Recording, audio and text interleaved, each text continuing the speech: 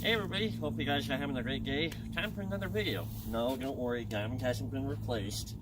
This is just a rental. Diamond's actually in the shop getting an upgrade. Although I'm not going to tell you guys right now what kind of upgrade she's getting.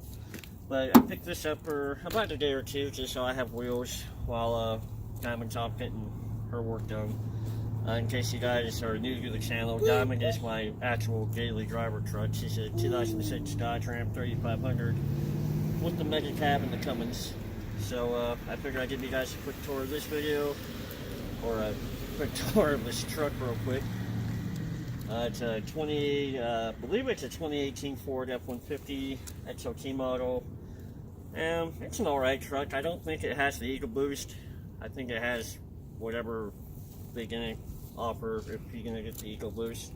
Looks like some sort of V6, but I'll show you guys that here in a minute. So I figure we'll go ahead and give you a bit of I'll do a walk around with you guys, let you see the truck, and show you a bit of the interior and what I think about it. I got this truck through Enterprise, and I rented I'm thinking almost the exact same truck early last year when we had the hailstorms last summer. I rented a truck for about a week and got an F-150 that was pretty much the same color and setup, so I don't know if this is the exact same truck, but pretty darn close. Anyway, here we go. So this is the front end of it. I mean, nice little headlights. I'll probably flip them on and stuff here in a minute, but just give you a general walk around. For a half ton, the side mirrors are nice. I like the little spot mirrors, but if you're coming from a 1 ton with legit towing mirrors, those side mirrors are kind of tiny. It's pretty decent. I like how deep it is. It's just, with it being shorter, like actually shorter than even my bed on my truck, it's if I honestly bought the truck, I'd probably have beefier tires than what these are running, but it's a rental truck, so, you know. But go ahead and pop the hood real quick so I can show you guys the whateverness of this engine. Like I said, I really don't think it's the Eco Boost. I just don't know what engine this is. You guys might have to enlighten me.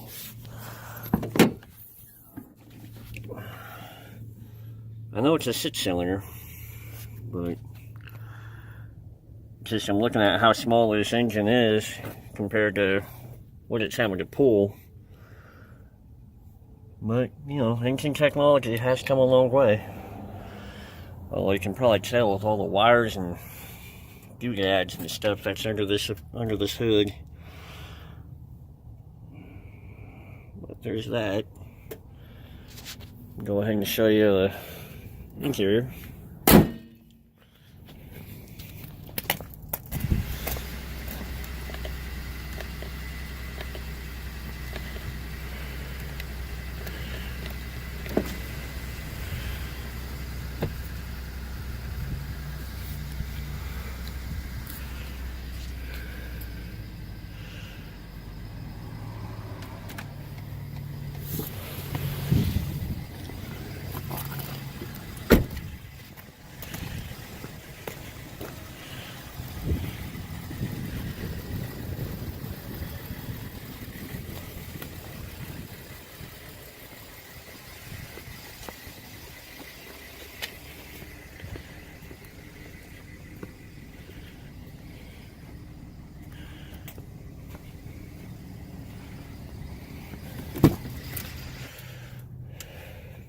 This is the back seat. With this being the XLT, it's pretty much the cloth interior. Haven't spent a whole lot of time back here because really it's only been our some back here. But 12-volt power outlet. Looks like there's a couple of USB ports down there on the side. That's interesting. Of course, the little overhead dome light up there. A couple of coat hooks. Of course, the seats. See if they flip up, so you get some nice added storage room. I don't think they flip forward or anything to that effect, though.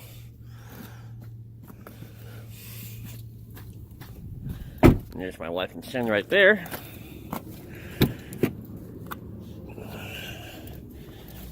I'll go ahead and give them a plug. Enterprise is actually always treating me pretty good. I've rented from them a few times in the last few years, and always been pretty decently impressed with whatever they've been able to offer me.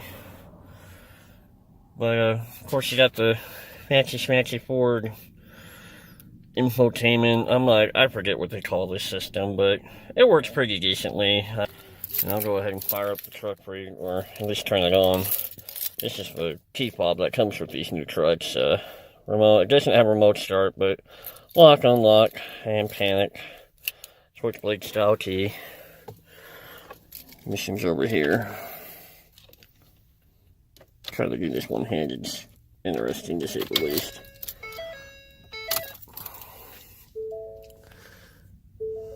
So there's all that. And the Uconnect starting up. Or, like I said, whatever they call that. Let it boot up for you.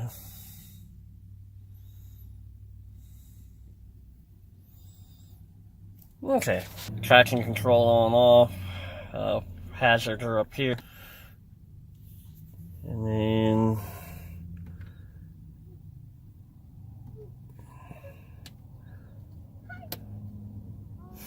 so that's what that does. You can activate and deactivate the auto start stop with that button.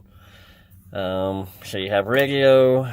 That button is your sound settings. So there's all that for you. And then you have the music selection, which basically right now it's linked to my phone, but it can also select for CD, which you put in your CDs down here. Phone, of course. And then clock settings, mobile apps, and of course the actual radio settings. The only thing that kind of drives me nuts about this in particular is if you're driving, say like you get a text message, you'll get the display up here, but you can't control it. You can't control that screen with either of the steering wheel buttons. You can only control it with this D-pad, which is kind of annoying when you're trying to watch the road.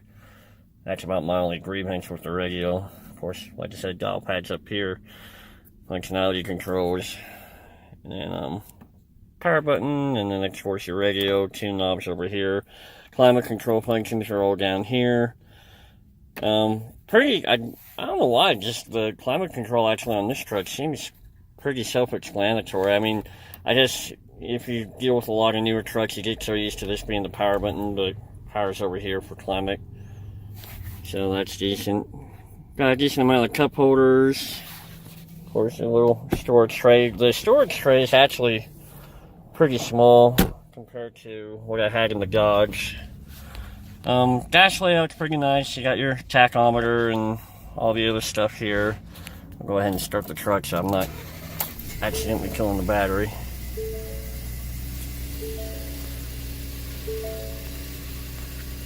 Go ahead and shut the door real quick too. That way we're getting that out of the way, but the D-pad, it'll control the dash panel display readout thing. So, of course, all your gauges are up there. Over here, you have like your volume controls for the radio. This controls like your audio mode, like AM, FM, Bluetooth, CD, that kind of thing. Seat buttons are here. Phone and voice command controls, mute button. Cruise control settings are over on this spoke.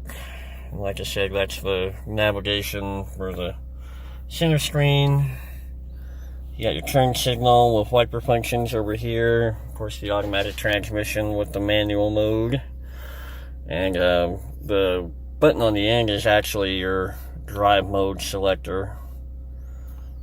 So, and then over here, you have your mirror controls, window locks, power windows. The door lock controls are actually down there. Kind of weird, but whatever works, I guess. And of course, the door handle. And then, of course, the mirror. And then up here is just a little sunglasses holder. And up here, basically all the light controls. Like that one controls whether or not they come on or off with the door. This one kicks all the lights on and off. That's for this light. That one controls the other light. And I think that one, overrides the timer, I think. But I forgot to show you guys real quick too, four-wheel drive controls over here. And then down here is the headlight controls. It looks like fog lights and a couple other little automated settings there. Cargo light. It's like light dimmer controls. Oh yeah, those two are just the instrument panel dimmers. And then, of course, the lovely, annoying electronic parking brake. So there you go. I think that about does it, honestly. I mean, I don't know a whole heck of a lot about this truck. I mean, it is a rental.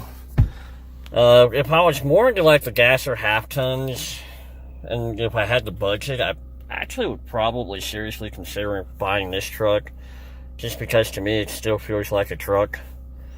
And I don't know, I just kind of feel like the Dodges and the Chevys are getting a bit too plush in the half ton market. But that's just my 2 cents. But I'll go ahead and end this video out here before it gets too crazy long. Hope you guys are having a great day, week, weeknight, whatever time it is, wherever you may happen to be. And we'll catch you in the next video.